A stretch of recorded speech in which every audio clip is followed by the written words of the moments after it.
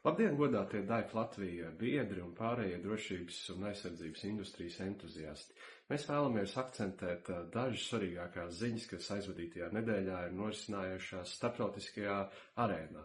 Kā pirmo es vēlos izcelt Eiropas padomes lēmumu par lielāku finansējumu pieejamību no Eiropas kopbudžeta.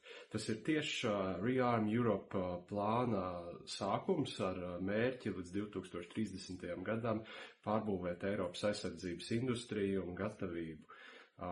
Uzņēmumiem tas nozīmē daudz tiešāku, brīvāku un elastīgāku pieeju duālu pielietojumu projektu īstenošanai. Kā otro ziņu vēlos izcelt Latvijas dalību NATO starptautiskajā projektā Renovator, kas paredz 5 Ukrainas militāro slimnīcu atjaunošanu, iegādājoties aprīkojumu, atjaunojot infrastruktūru, apmācot speciālistus. Iespēja Latvijas industrijai piedalīties piegāžu ķēdēs. Trešā ziņa īpaši svarīga DAIF Latvija biedriem.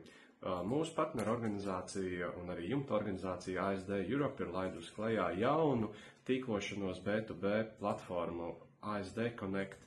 Tā paredz veicināt komunikāciju industrijas iekšienē un veidot tiltu starp pārbaudītiem un uzticamiem Ukrainas uzņēmumiem un Eiropas partneriem. DAIF Latvija biedriem platforma pieejama bez maksas un ar atvieglotu verifikāciju. Un ceturtā noslēdzošā ziņa pagājušo nedēļu Ukrainā norisinājās trešais aizsardzības industrijas fórums Defense 3, kas norisinājās Ukrainas prezidenta Volodimira Zelenska patronāžā.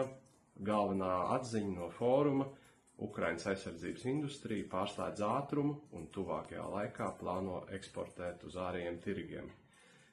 Īpaši svarīgs brīdis mūsu pašu Latvijas industrijai veidot ciešu sadarbību ar Ukrainas partneriem. Paldies par jūsu uzmanību un turpiniet sekot DAIF Latvijas starptautisko ziņu jaunumiem!